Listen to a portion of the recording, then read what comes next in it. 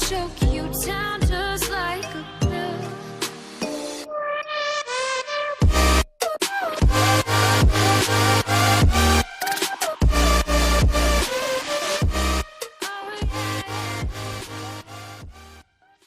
Hey guys and welcome back to Avengers. तो अब तक कहानी में आपने देखा इजिप्शियन मून गॉड खोंशू को एक डरावना विजन दिखाई दिया, एक ऐसे फ्यूचर का जहां पे मेफिस्टो राज करता है। इसलिए मून नाइट ने इसे रोकने की हर संभव कोशिश की। उसने अपने पुराने साथी के ऊपर हमला किया, अवेंजर्स की पावर्स चुरा ली, उनका यूज करके मेफिस्टो को मार दिया, इस वर्ल्ड को रीशेप किया जहाँ खोंशू इसका राजा था। लेकिन मून नाइट ने उस पागल ताकत को बुलावा भेजा, द फिनिक्स, और अवेंजर्स के साथ मिलकर अपनी नई पावर्स का इस्तेमाल करते हुए खोंशू को धोखा दिया, वर्ल्ड को आज़ाद कराया। तब फिनिक्स फोर्स एक नए होस्ट की खोज में निकल पड़ती है, जबकि मून नाइट अब भी यही सोच रहा है कि मेफिस्टो वाला खतरा अभी खत्म नहीं हुआ है। कुछ सदियों पहले कई सारी कहानियों की तरह इस कहानी की शुरुआत होती है एक चौराहे से। एक आदमी एम्ब्रोज विंट्रॉप की गाड़ी टूट चुकी है और उसे चलाने वाला खच्चर मर चुका है। विंट्रॉप गिड़गिड़ा रहा है, प्लीज हम मर रहे हैं, हम अपनी नई लाइफ की शुरुआत करने के लिए इतनी दूर आए हैं, लेकिन अब हम यहाँ जंगल में फंसे हुए हैं, भूख से तड़प रहे हैं, हम तो इस खच्चर को भी नहीं खा सकते। पता नहीं कैसे जैसे ही इसकी मौत हुई बहुत सारे कीड़े इसकी बॉडी में रेंगने लगे। हम सब यहाँ मारे जाएंगे इस बीहड़ के अंदर, हमारी लाइफ इस तरीके से खत्म नहीं हो सकती, प्लीज कोई तो सुनो, मेरी प्रार्थना सुनो, मैं अपनी फैमिली को जिंदा रखने के लिए कुछ भी करूंगा। तभी मेफिस्टो एक सांप की फॉर्म में वहां पे आता है। कुछ भी करोगे तो मैं तुम्हारे साथ डील कर रहा हूँ। उसने विंट्रॉप को एक चाकू दिया, जिसे लेकर विंट्रॉप वैगन के अंदर घुसता है। एक वीरान चौराहे पे खड़े उतावले आदमी के साथ की जाने वाली डील की तरह इस डील के अंदर भी कुछ सेक्रीफाइस जरूरी था। एम्ब्रोस रैंडॉल्फ विंट्रॉप ने उस रात जम के खाया और वो अपनी फैमिली को फलता फूलता देखने के लिए जिंदा रहेगा, लेकिन इस वाली फैमिली को नहीं। गाइस, उसने अपनी बीवी और 2 बच्चों को मार दिया। और उन्हीं सब कहानियों की तरह ये वाली कहानी भी एक चौराहे पे खड़े आदमी की कहानी है। न्यूयॉर्क शहर present. Black panther moon night से कह रहे हैं, इतना जान लो, अगर मेरे बाकी साथी तुमसे बात करने आते हैं तो हमारी ये बातचीत एक वकांडन जेल के अंदर होती। मून नाइट ने कहा, तब तो तुम्हें थोर को लेकर आना चाहिए था। ब्लैक पैंथर कहते हैं, वो बिजी था, तुम्हारे गॉड को एसगार्ड के तहखानों में डाल रहा है। मून नाइट कहते हैं, वेल, अगर कैप्टन अमेरिका फोन के पास बैठकर मेरी माफी सुनना चाहता है तो मैं उम्मीद कर रहा हूँ कि उसकी कुर्सी काफी आरामदायक होगी, क्योंकि मैं नहीं मांगने वाला। मुझे सिर्फ एक बात का दुख है कि खोंशू हमेशा खोंशू रहेगा। लेकिन मैं तो सही सोच रहा था ना, और तुम भी इस बात को जानते थे। ब्लैक पैंथर ने कहा, तुमने हमें उस टाइम पे कमजोर किया जब हमारी सबसे ज्यादा जरूरत थी, जब ये दुनिया बारूद से भरी हुई थी। मून नाइट कहते हैं, नमोर, वैम्पायर और रशिया, ये सब मेफिस्टो के थर्मोन्यूक्लियर बॉम्ब के सामने सिर्फ पटाखे हैं, तुम उसे कैसे रोक पाओगे? ब्लैक पैंथर कहते हैं, वो मर चुका है और तुम ये बात जानते हो। मून नाइट ने कहा, हम दोनों ये बात जानते हैं कि इससे काम नहीं चलेगा। ब्लैक पैंथर कहते हैं, तुम सही कह रहे हो, मेरे दिमाग में कुछ और ही चल रहा है। क्या तुम एक अवेंजर बनना चाहोगे? एज ऑफ खोंशू को लाने के लिए तुम्हारी शक्तियों का गलत इस्तेमाल किया गया, लेकिन मैं तुम्हारे पैशन की रिस्पेक्ट करता हूँ। तुमने अकेले ही मेरी पूरी टीम को हरा दिया। हमारे साथ आ जाओ, हमें ताकतवर बनाकर उस नुकसान की भरपाई करो, और मेफिस्टो जो भी कुछ प्लानिंग कर रहा है हम उसे मिलकर रोकेंगे। मून नाइट कहता है, ओह हेल नो, हम नहीं करेंगे। मैंने उसे रोकने की कोशिश की, मैंने अपनी सोल तक दांव पे लगाई, लेकिन तुम अपने उस फैंसी पहाड़ से उतरे और मेरे रास्ते में रोड आउट करने की कोशिश की। इसीलिए मैं वही जा रहा हूँ जहाँ मैं बिलोंग करता हूँ, इस वर्ल्ड के उस छोटे से कॉर्नर की रक्षा करने के लिए जिसे मैं जानता हूँ, और उस तरीके से जो मुझे पता है, फिस्ट ऑफ खोंशू का यूज करके। तुम्हें मेफिस्टो चाहिए, वो तुम्हारा है पैंथर। मैं उम्मीद कर रहा हूँ कि तुम उसे उससे अच्छी तरीके से रोक पाओ जैसे तुम मुझे रोक पाए थे। तो गाइस, हर एक डील चौराहे पे पूरी नहीं होती। इसका ये तो मतलब नहीं है ना कि तुमने डील की बात कह के गलती की। कुछ लोग डील को एक्सेप्ट करने के लिए बस थोड़ा ज्यादा टाइम लगाते हैं। Avengers mountain. टोनी स्टार्क चिल्ला रहा है, fuck fuck fuck fuck. Captain ने कहा, गाली देने से कुछ नहीं होने वाला। टोनी चिल्लाता है, इससे मुझे असर हो रहा है। इंग्लिश लैंग्वेज के अंदर इतने सारे वर्ड्स हैं, लेकिन जब मैं अपने सामने इस चीज को देखता हूँ तो मेरे मुंह से एक ही वर्ड निकल रहा है, फक। कैरोल कहती है, हाँ मुझे भी लग रहा है कि मैं टोनी के साथ सहमत हूँ, मेरा मतलब फक। कैप्टन कहता है, मैं भी असहमत नहीं हूँ, मैं बस ये जानना चाहता हूँ कि इसका क्या मतलब है। टोनी ने कहा, इसका मतलब है कि हम सब की लग चुकी है कैप्टन अमेरिका। ये पूरा वर्ल्ड, हर एक वर्ल्ड, वो सारी अल्टरनेट रियलिटीज जो खोंसे को मारने की कोशिश कर रही थी, इसका मतलब है कि इन सब की शुरुआत हो चुकी है। हम मेफिस्टो के पेन डायमेंशनल वॉर की एक आर्मी को देख रहे हैं जिसके बारे में हम ये तक नहीं जानते कि वॉर चल रही थी। ये लड़ाई हम पहले ही हारने वाले हैं और यहाँ से चीजें सिर्फ खराब होती जाएंगी। मेफिस्टो पूरी की पूरी रियलिटीज को जलाना चाहता है। वो चाहता है कि स्टार्स के ऊपर डेविल कब्जा कर ले। मैंने ये देखा है, वो यहाँ सिर्फ हमारे ऊपर अटैक नहीं कर रहे, वो पूरी टाइमलाइन के ऊपर अटैक कर रहे हैं। पूरी की पूरी टाइमलाइन उसके कीड़ों से भरी हुई है। कई बार तो मुझे ऐसा लगता है कि वो कीड़े मेरी चमड़ी खा रहे हैं। कैरोल कहती है, टोनी स्टार्क, मुझे तुम्हारी सच में चिंता हो रही है। टोनी चिल्लाता है, तुम्हें होने ही चाहिए। तुम्हें मेरे हर एक वर्जन की चिंता होनी चाहिए और तुम्हें खुद की भी चिंता होनी चाहिए, हम सब की।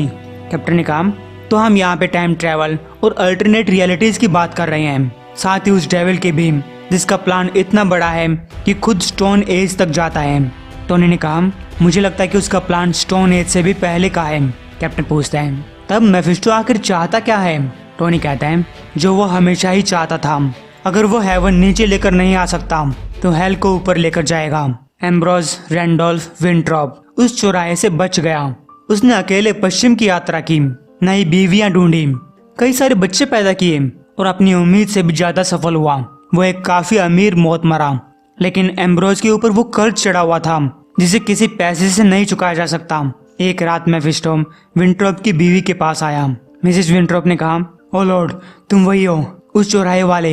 एम्ब्रोज हमेशा कहा करता कि तुम आओगे। अब तुम उसकी बॉडी के साथ क्या करने वाले हो? मेफिस्टो कहता है, उसकी बॉडी के साथ? अरे नहीं नहीं, वो मेरे किसी काम नहीं आएंगे।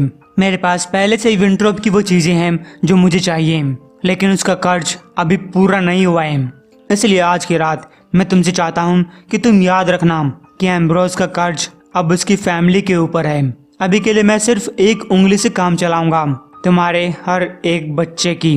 गाइस, मेफिस्टो बीच बीच में उनके पास जाता रहा, दशकों, सालों, सेंचुरीज, और कुछ न कुछ मांगता रहा। विंट्रॉप ने हमेशा उसकी कीमत चुकाई, कभी मांस से और कभी नए जन्मे हुए बच्चे से, लेकिन उस फैमिली को कभी भूख नहीं लगी, कभी ठंड नहीं लगी।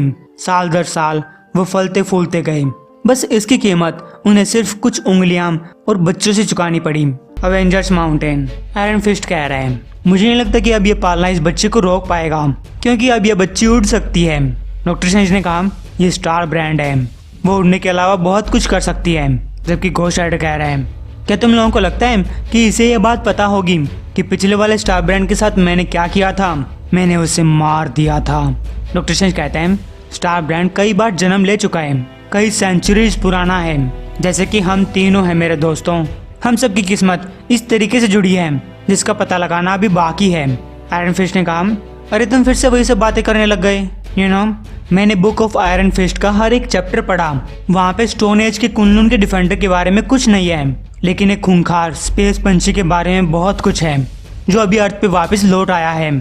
फिनिक्स के बारे में, और इसके बारे में काफी सारी चीजें खतरनाक हैं। वही एवेंजर्स माउंटेन से कुछ दूर ब्लेड और थॉर फिनिक्स फोर्स को देख रहे हैं। ब्लेड ने कहा, मुझे पंछियों के बारे में इतना सब कुछ तो नहीं पता, लेकिन मैंने ऐसे काफी सारे लोगों को मारा है जो चमगादड़ बन गए थे, और मुझे ऐसा लग रहा है कि ये पंछी बच्चे देने वाला है, वो भी अर्थ के ऊपर। ये अच्छी बात नहीं हो सकती। थॉर कहता है, ये फिनिक्स है, जहाँ कहीं भी ये जाती है वो प्लैनेट्स जल जाते हैं। ब्लेड ने कहा, तब तो थॉर तुम मेरे अगले वाले सवाल के बारे में अच्छे से जानते होगे, हमने इसे अभी तक मारा क्यों नहीं? लेकिन थॉर कुछ नहीं बोल पाता। ब्लेड ने कहा, हाँ मुझे पता था तुम यही सब कहोगे। ब्लैक पैंथर शी हल्क के साथ इस दुनिया के लोगों से मीटिंग करने गया हुआ है जो इस पूरे आइलैंड को बॉम्ब से उड़ाना चाहते हैं, और मुझे लगता है कि वो सब कुछ इस स्पेस पंछी को बचाने के लिए नहीं किया जा रहा, बल्कि इसे और गुस्सा होने से रोकने के लिए किया जा रहा है।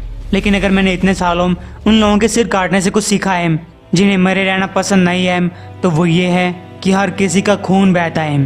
तुम्हें बस ये पता करना है कि काटना कहाँ है। तुम कुछ जानते हो वाइकिंग जीसस जो तुम कह नहीं रहे? मैं स्मेल कर सकता हूँ। क्या तुम्हारा इस फिनिक्स फोर्स के साथ कुछ कनेक्शन है?